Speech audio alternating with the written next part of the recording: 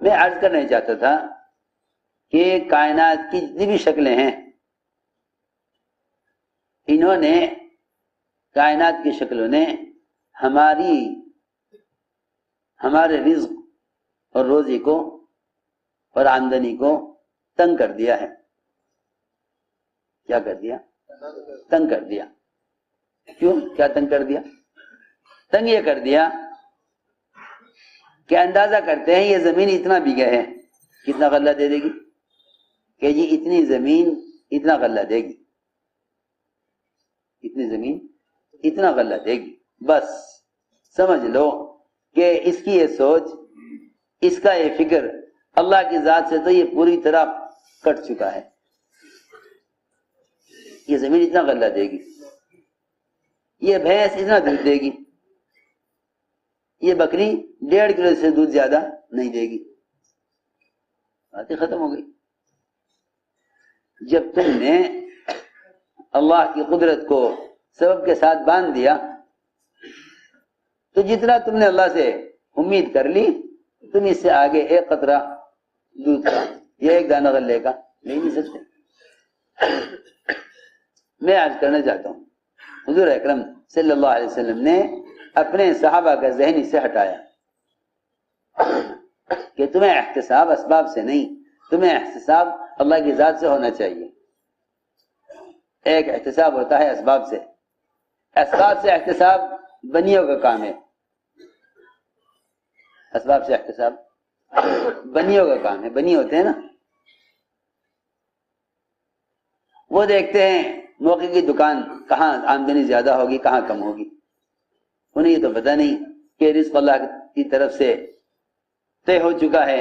وہ تو سمجھتے ہیں دکان مارکیٹ میں ہوگی تو آمدنی زیادہ ہوگی، یہاں دکان ہوگی تو آمدنی کم ہوگی۔ حضور اکرم صلی اللہ علیہ وسلم نے اپنے صحابہ کے ذہن کو اس سے ہٹایا۔ دیکھو میری باتیں توجہ سننا، اپنے صحابہ کے ذہن کو اس سے ہٹایا کہ تم اللہ تعالیٰ کی قدرت کو اور اس کے خزانے کو کسی سبب کے ساتھ مقید مت کرنا، کسی سبب کے ساتھ باندھنا مت، کسی سبب کے ساتھ باندھنا مت۔ پھر تو تم جتنا چاہو گے لے لو گے، اور اگر تم نے قدرت کو مقید کر دیا سبب کے ساتھ، تم نے اگر قدرت کو مقید کر دیا سبب کے ساتھ، تو اللہ تعالیٰ یہ دیکھیں گے کہ میرا بندہ مجھ سے اتنا ہی چاہتا ہے، اتنا ہی مل جائے گا۔ قدرت کو مقید مت کرو، قدرت کو مقید نہ کرو سبب کے ساتھ، قدرت کو مقید مت کرو سبب کے ساتھ، کیونکہ کائنات کے اسباب اللہ کا خزانہ کیسے ہو سکتے ہیں؟ کائنات کے اسباب اللہ کا خزانہ کیسے ہو سکتے ہیں جب ساری جنت انبیاء علیہ السلام کی جنتوں سے لے کر ایک ادنا جنتی جس کی جنت زمین و آسمان کے برابر ہوگی، ادنا جنتی جس کی جنت زمین و آسمان کے برابر ہوگی، اس سے اندازہ کرنا چاہیے کہ جب انبیاء کی جنت سے لے کر ادنا جنت تک ساری جنتوں کو جمع کر دیا جائے تو یہ اللہ تعالیٰ کی نعمت کے خزانے کا ایک ذرہ ہے، خزانہ نہیں ہے، خزانہ نہیں ہے۔ جنت نعمتوں کا خزانہ نہیں ہے جو ہمیشہ کے لیے بنی ہے، جنت نعمتوں کا خزانہ نہیں ہے۔ یہ خیال غلط ہے کہ جنت نعمتوں کا خزانہ ہے اور سارے عذاب کی شکلوں کی انتہا جہنم ہے، ہرگز نہیں۔ جہنم میں جتنی بھی عذاب کی شکلیں ہیں کفار منافقین کے لیے یا عصات نافرمانوں کے لیے،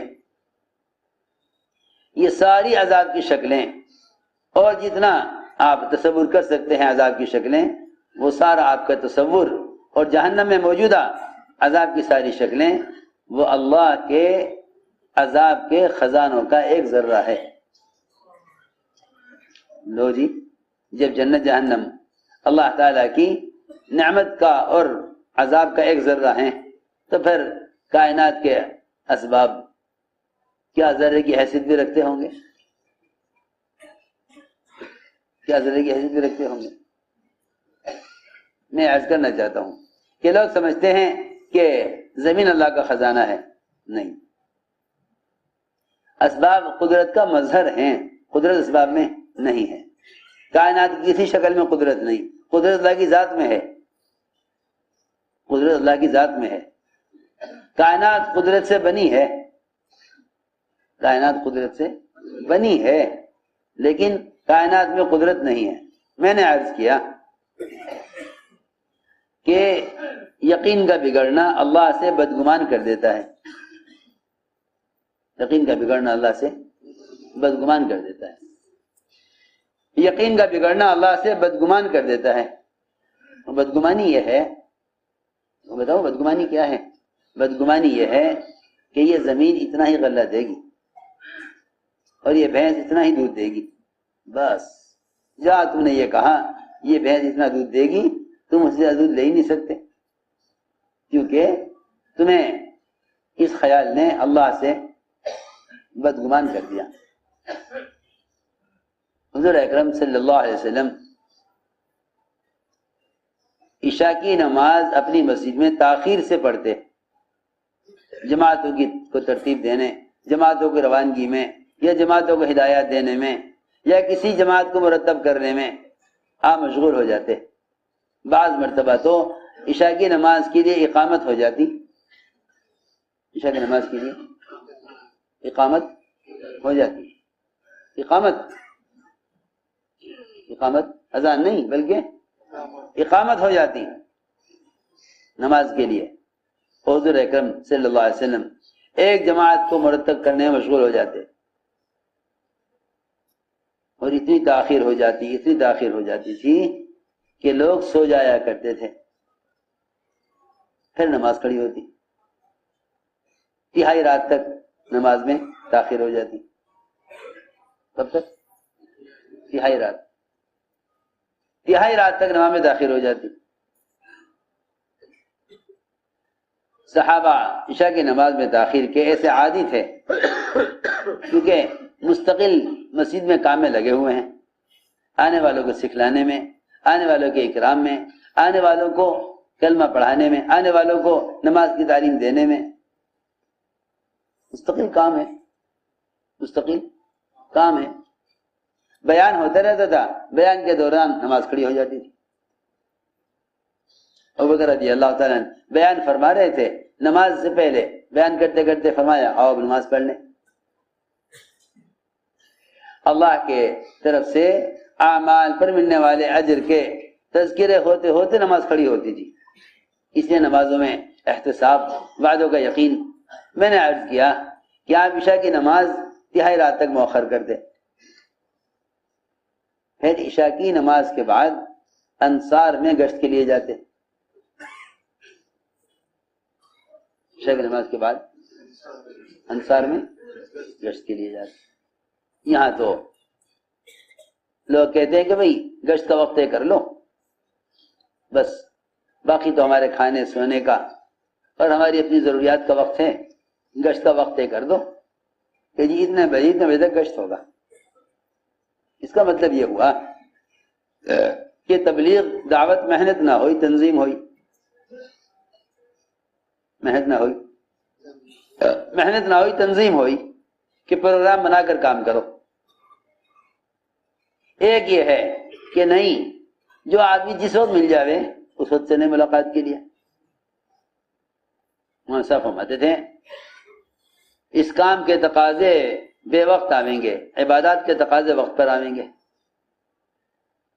اس کام کے تقاضے بے وقت، اس کام کے تقاضے بے وقت آویں گے، پر عبادات کے تقاضے وقت پر آئیں گے۔ دیکھو میری بات توجہ چاہتی ہے بہت۔ عبادات کے تقاضے مجاہدہ نہیں ہیں، عبادات کے تقاضے مجاہدہ نہیں ہیں، سنو میری بات، عبادات کے تقاضے مجاہدہ نہیں ہیں۔ کیوں؟ اس لیے کہ عبادات کے تقاضے اپنے اپنے اوقات کے ساتھ ہیں۔ اتنے بجے نماز ہوگی،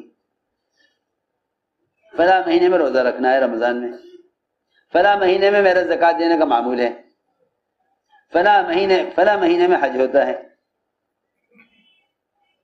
آدمی ان عبادت فرائض کے لیے پہلے سے تیاری کر لے گا، فرائض کے لیے پہلے سے تیاری کر لے گا، فرائض کے لیے پہلے تیاری کر لے گا. لیکن دعوت کے تقاضے بے وقت آئیں گے، دعوت کے تقاضے بے وقت آئیں گے. عبادات کے سارے اوامر، سارے تقاضے اپنے اپنے اوقات کے ساتھ موقت ہیں، لیکن دعوت کے تقاضے بے وقت آئیں گے.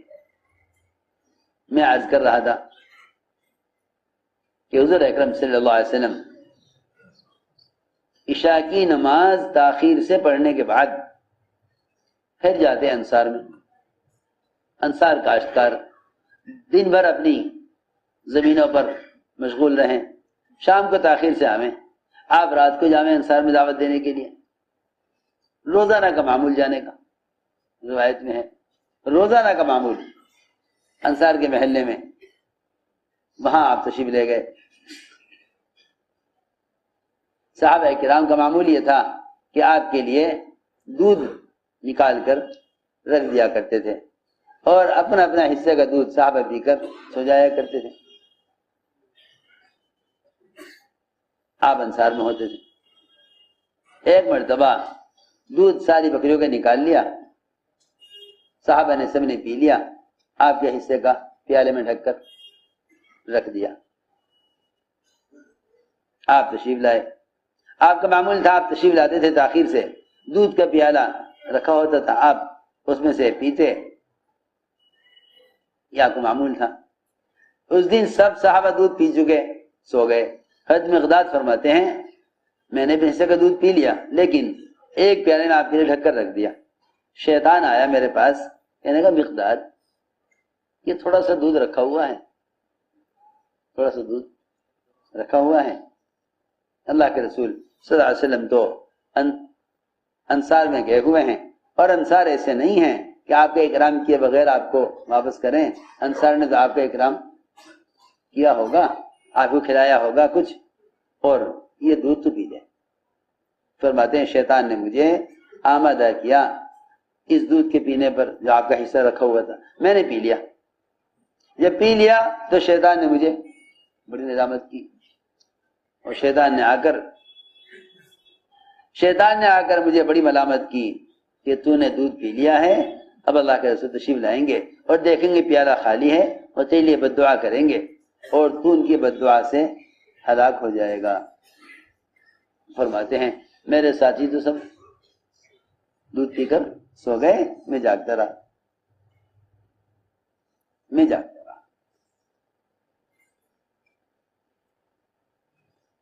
آپ تشریف لائے، سیدھے پیالے کی طرف بڑھے، پیالہ کھولا تو خالی. فرماتے ہیں آپ نے دونوں ہاتھ دعا کے لیے اٹھائے.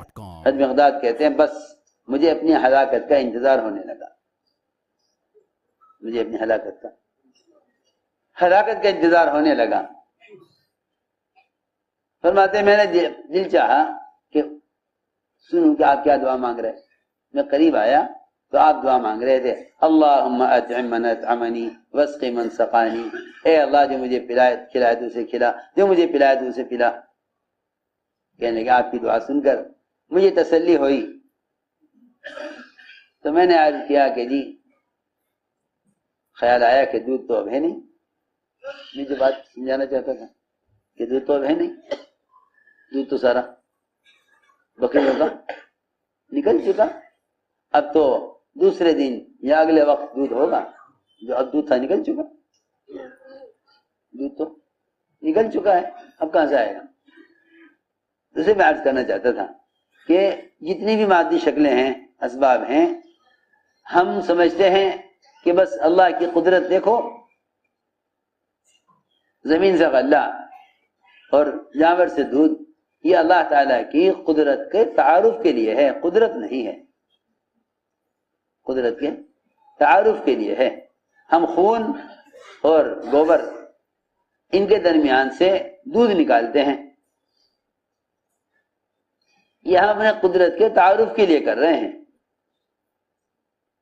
قدرت کے تعارف کے لیے ہے، یہ استفادے کے لیے نہیں ہے. قدرت کے تعارف کے لیے. ایک قدرت کا تعارف ہونا, ایک قدرت سے استفادہ ہونا, فائدہ اٹھانا.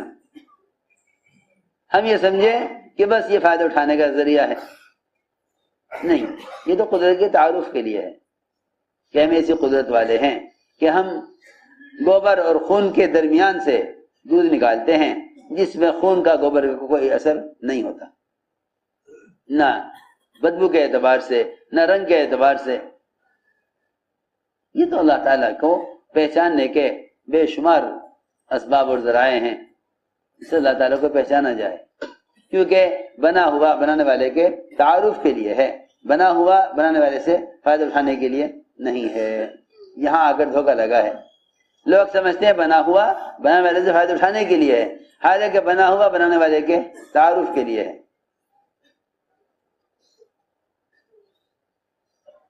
تو میں نے عرض کیا کہ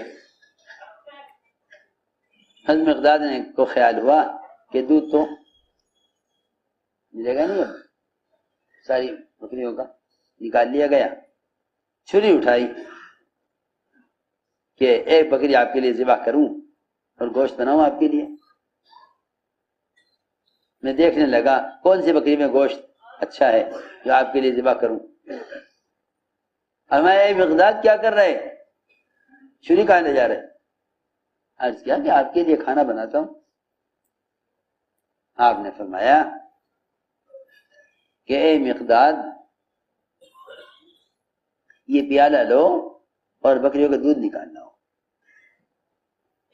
دیکھو میرے دوستو عزیزو, یہاں یہ بات سمجھنی چاہیے کہ ظاہر کے خلاف ہونا صرف نبی تک محدود نہیں ہے. حضور اکرم صلی اللہ علیہ وسلم نے صحابہ کو اعمال کے ذریعے ظاہر کے خلاف مددیں لینے کا عادی بنانے کے لیے صحابہ سے یہ کام کرائے ہیں. صرف اس لیے نہیں کہ ان معجزات سے صحابہ نبی کو پہچان لیں, کیونکہ نبی کو معجزات سے جان لینا یا پہچان لینا یہ تو ان کفار کے لیے اتمام حجت کے لیے ہے کہ اگر تم نے نبی کو معجزات دیکھ کر بھی نہ پہچانا تو عذاب جلدی آ جائے گا, اور اللہ تعالیٰ کی طرف سے حجت تام ہو جائے گی. معجزات تو اتمام حجت کے لیے ہیں, کہ تم نبی کو معجزے کے باوجود بھی اگر نبی نہیں مانو گے تو پھر اللہ تعالیٰ کی طرف سے عذاب یقینی ہو جائے گا کفار کے لیے.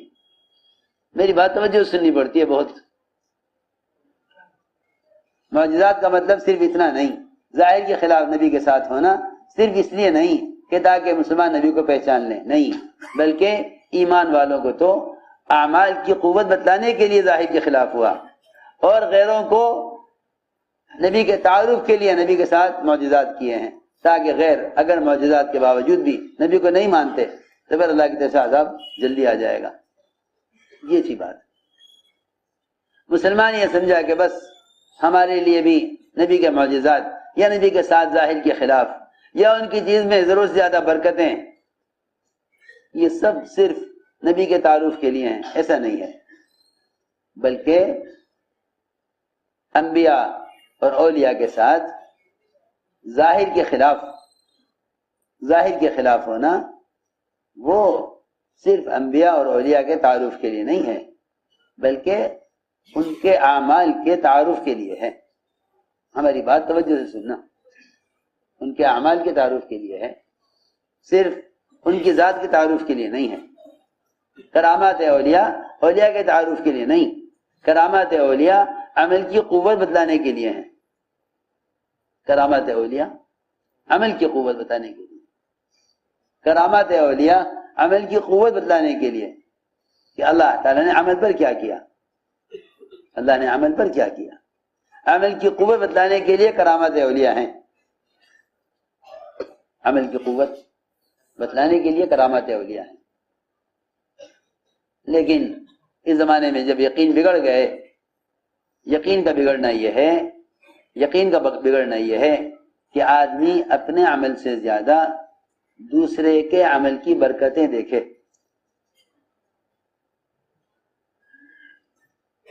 آدمی اپنے عمل سے زیادہ دوسروں کے اعمال کے اندر کامیابی دیکھے. ہماری بات توجہ سننا. یہ یقین کا بگاڑ ہے. جب یقین بگڑ جاتے ہیں تو آدمی اپنے